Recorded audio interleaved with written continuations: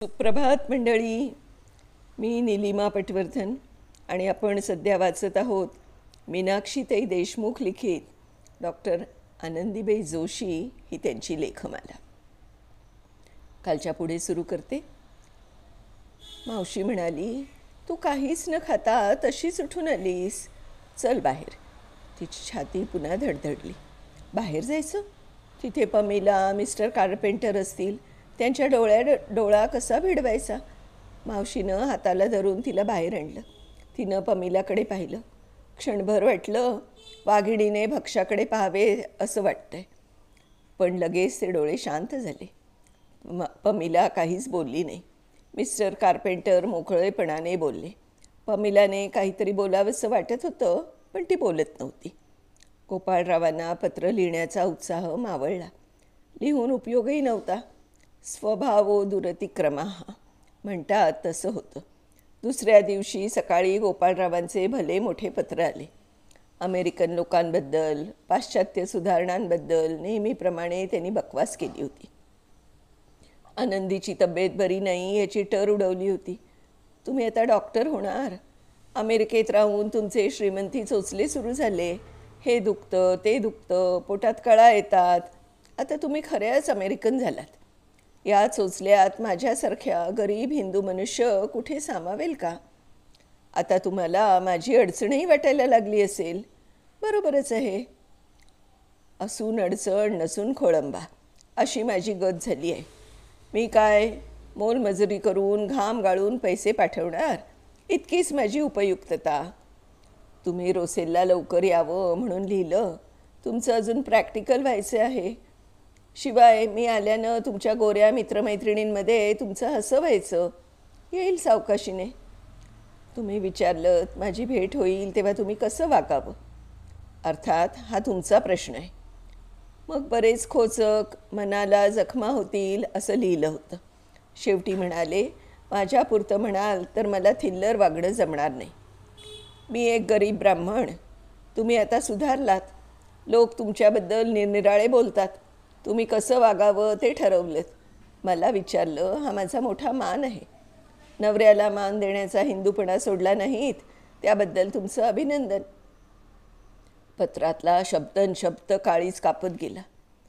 जुना रोग पुन्हा उफाळून यावा तसं गोपाळरावांविषयी मनानं धास्ती घेतली. दूर होते तेव्हा निराळे होते. आता अमेरिकेत आल्यामुळे जास्त मनस्ताप वाटला. तिला वाटलं आपण उगीच इतकं शिकलो. अशिक्षित असतो तर रांधा वाढा उष्टी काढा, मुलांना जन्म द्या, देवदेव करणा याच्यातच जन्म गेला असता. नवऱ्यानं कितीही त्रास दिला तरी पतिदेव समजून त्याची पूजा केली असती. त्यातच सुख मानलं असतं. पत्र तर लिहायलाच हवं होतं. तिनं सुरुवात केली.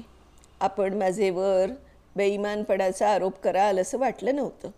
हा आरोप सहन करणं फार कठीण आहे. आपणास खात्रीपूर्वक सांगते, इथे येण्यापूर्वी जशी होते तशीच आहे.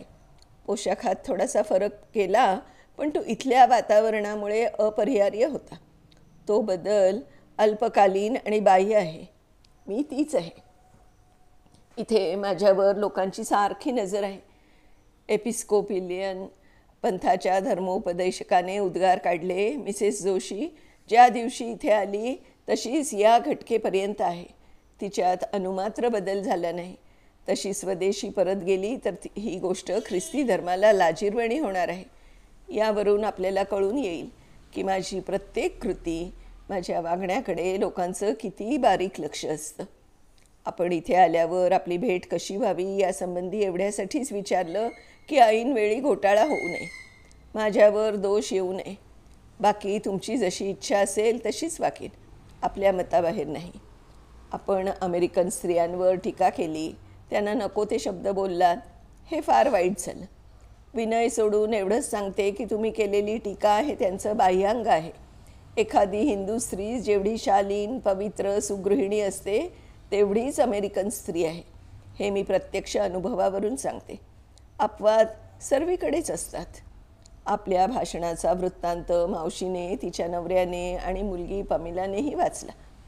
पमीला थोडी आठरली होती, पण मावशी आणि तिच्या नवऱ्यानं हसण्यावरी नेलं. केवढी उत्तुंग हिमालयाच्या उंचीची माणसं आहेत ही, याचा विचार करा. तुमच्या वाक्यांचे त्यांना काहीच वाटलं नसेल का? गेली 2-3 वर्ष त्यांच्या आधारावर त्यांच्या घरी राहते, एक पैसा देखील घेतला नाही. उलट स्वतःच्या मुलीप्रमाणे वागवलं, हौसमौस केली. अमेरिकन स्त्रीचं हे रूप तुम्हाला कसं दिसलं नाही? दुसरी कोणी असती तर त्याच क्षणी मला हाताला धरून बाहेर काढलं असतं. इतका मोठा अपराध आहे आपला.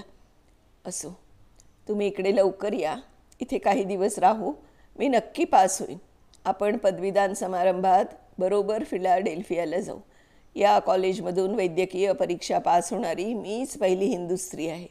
त्यामुळे डीन बॉडले मोठा समारंभ करणार आहे. या कार्यक्रमासाठी इंग्लंडहून पंडिता रमाबाईंना बोलवावं का? मला वाटतं बोलवावं. बॉडलेही तयार आहेत. मला माहीत आहे रमाबाईंबद्दलचं आपलं मत चांगलं नाही. त्यांनी ख्रिश्चन धर्म स्वीकारला एवढी एकच वाईट गोष्ट केली, परंतु त्यांच्यासारखी कर्तबगार हिंदू स्त्री आजतागयत झाली नाही. तुम्ही विचार करून तसं कळवावं. शक्य तेवढ्या लवकर रोसेलला या. मावशी जावयाची वाट पाहत आहे. पत्र लिफाफ्यात बंद केलं. तिला एकदम हलकं हलकं वाटू लागलं. तिला अतिशय थकवा आला होता. कॉटवर पडून डोळे मिटून घेतले. गेल्या 1.5-2 महिन्यात 2-3 वेळा आनंदी फिलाडेल्फियाला जाऊन आली. खोली सोडली, मैत्रिणींचा निरोप घेतला. आबीच्या गळी पडून खूप रडली. चित्र हरवल्याचं सांगितल्यावर आबीला काहीच वाटल्याचं दिसलं नाही. आनंदी विभळ झाली. मावशीकडे गोपाळरावांची वाट पाहणं एवढंच काम होतं. लवकर येण्याबद्दल 2-3 पत्र लिहिली. जुजबी उत्तर आलं. त्यात डंख आणि विखार नेहमीप्रमाणेच होता. हल्ली लांब पत्र नसायची, पण विंचवाच्या नांगीप्रमाणे वाक्य असायचीच. तुम्ही आता मोठ्या विद्वान झालात. तुमच्यापुढे माझी काय लायकी? मी काय बोलावं बोलू नये हे तुमच्याकडून शिकण्याची वेळ आली. तुम्ही कार्पेंटरबाईंकडे फुकट खाता म्हणून लाचार आहात, तसं मी नाही. मी सत्वस्य ब्राह्मण आहे. अमेरिकन लोकांची पर्वा करायचं मला कारण नाही. अमेरिकन वेश्वा हिंदू स्त्रियांच्या पायाशी देखील बसण्याची लायकी नाही त्यांची. येणार किंवा नाही.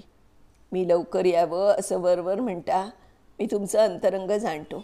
असेच वेडेवाकडे कुत्सित विचाराने भरलेले पत्र ते सारखे पाठवीत असत. आनंदीला किती घायाळ करू, किती जखमा करू, वर मी घाव कसा घालू असं त्यांना झालं होतं. त्यांच्या लिखाणातलं विष आता भराला आलेलं होतं.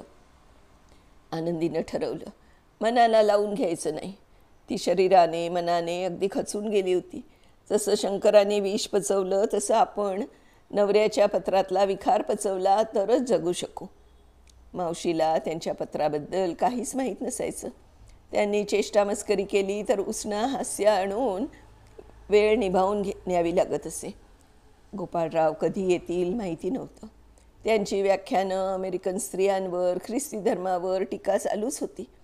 ती प्रेमानं अवथंबलेली पत्र लिहित आणि त्यांची उत्तरं ते चमत्कारिकपणे पाठवत असत. रमाबाईंना बोलवल्याबद्दल विचारल्यावर शिव्यांची लाखोली वाहिलेलं पत्र आलं. वरून नेहमीप्रमाणे विखाराने भरलेलं पत्र आलं. त्या दिवशी आनंदी खोलीत खूप रडली. मी यांच्या प्रत्येक आज्ञा पाळते, शब्द झेलते, तरी यांचं समाधान नाही. यांचं मी काय वाकडं केलं म्हणून असे छळतात. आसपासची जोडपी पाहिली, त्यांचा आनंद, शृंगार, रसिकपणा पाहिला की कुठेतरी मनात कळ उठत असे. यांनी लग्न कशासाठी केलं? आपल्या न कळत्या वयात आपल्याला समजही नव्हते तेव्हा शारीरिक सुख ओरबाडून घेतलं. आपल्याला आनंदाव्यतिरिक्त त्रासच होत होता. अगदी धास्ती घेतली होती. पुढे त्यांनी अशा प्रकारचं सुख कधीच घेतलं नाही. माझ्या मनाचा विचार करण्याचा स्वभावच नव्हता. कोणत्याच हिंदू पुरुषाचा नसतो म्हणा.